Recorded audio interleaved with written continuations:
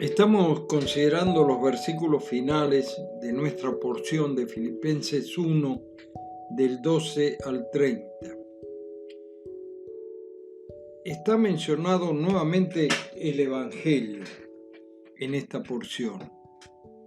Recordemos que ha dicho: como me es justo sentir esto de todos vosotros, por cuanto os tengo en el corazón, y en mis prisiones, y en la defensa y confirmación del Evangelio.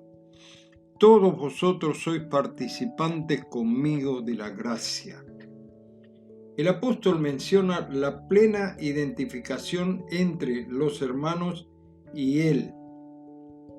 Había una comunión, estaban unidos en la obra de defensa y confirmación del Evangelio, que, como hemos visto, sirvió que hasta en las esferas más altas, el pretorio, se hablara de este tema.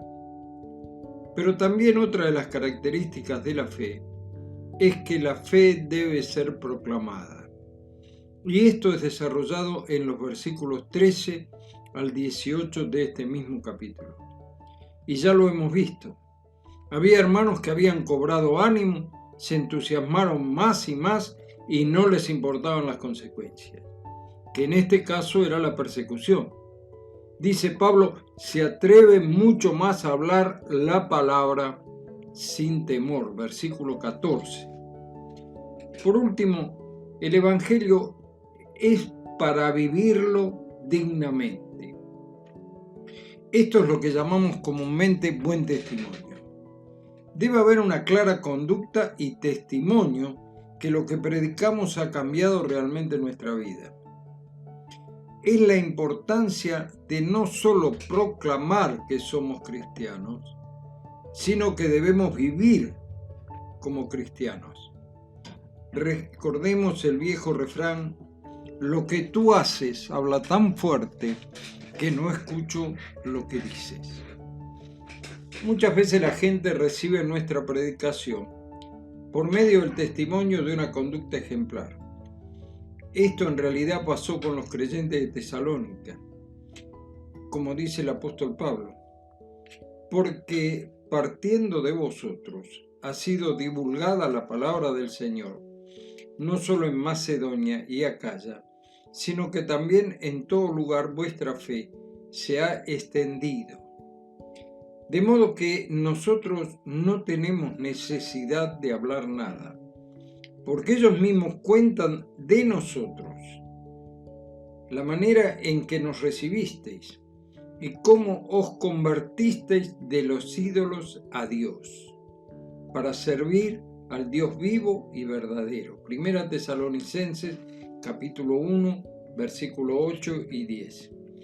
Es interesante que la palabra traducida como divulgada es la palabra griega que se traduce eco, que también podría tomarse en el sentido de hacer sonar una trompeta, y que su efecto se escuchó en toda la vasta zona que abarcaba Macedonia, Acaya y en todo lugar. Qué interesante este concepto de hacer replicar las buenas nuevas. Una iglesia que hizo sonar su trompeta por todo su ámbito de influencia y mucho más. ¿Qué pasa en nuestra vida? En nuestro testimonio, en el testimonio de nuestra iglesia. ¿Estamos imitando a los hermanos de Tesalónica hoy, que tenemos muchas más posibilidades a nuestro alcance? No tenemos en nuestro país persecución. Podemos usar la internet, la radio, los medios de comunicación masivos. Mi pregunta es: ¿se escucha el eco o la trompeta del Evangelio desde donde está mi iglesia local? Debemos pensar también en nuestro apoyo a la obra de extensión efectuadas por obras misioneras como la obra radial, el sostén de obreros en lugares de misión, ya sea dentro de nuestro país o en el extranjero. Debemos informarnos para poder orar inteligentemente por las obras y los obreros que están haciendo esa obra. Debemos también mandarles una palabra de aliento a los que están en la primera línea de la batalla. Ellos también tienen añoranzas de su lugar de origen. Debemos hacerles sentir nuestra cercanía, nuestro apoyo.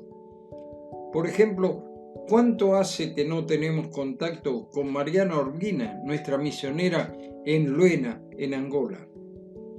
Es también parte de hacer sonar la trompeta del Evangelio, unirnos en el sostén material y espiritual de nuestros hermanos que conforman el equipo en Luena, en Angola.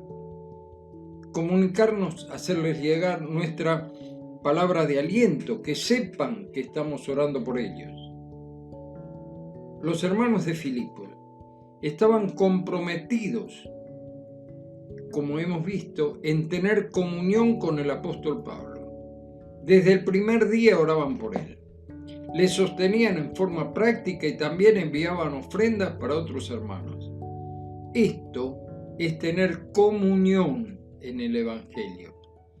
Pero además el apóstol les remarca la similitud entre su vida y la de ellos, porque habían sido llamados también a padecer persecución por el nombre de Cristo. Ver Filipenses 1, 29 y 30.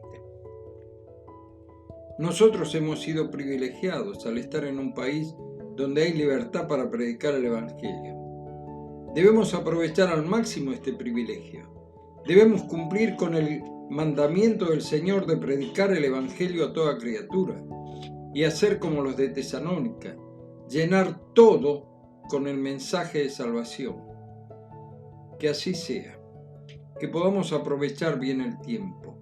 Oremos por nuestro país, en esta época tan especial de pandemia, que podamos traer a la gente un mensaje de paz y libertad en Cristo, nuestro Señor y Salvador.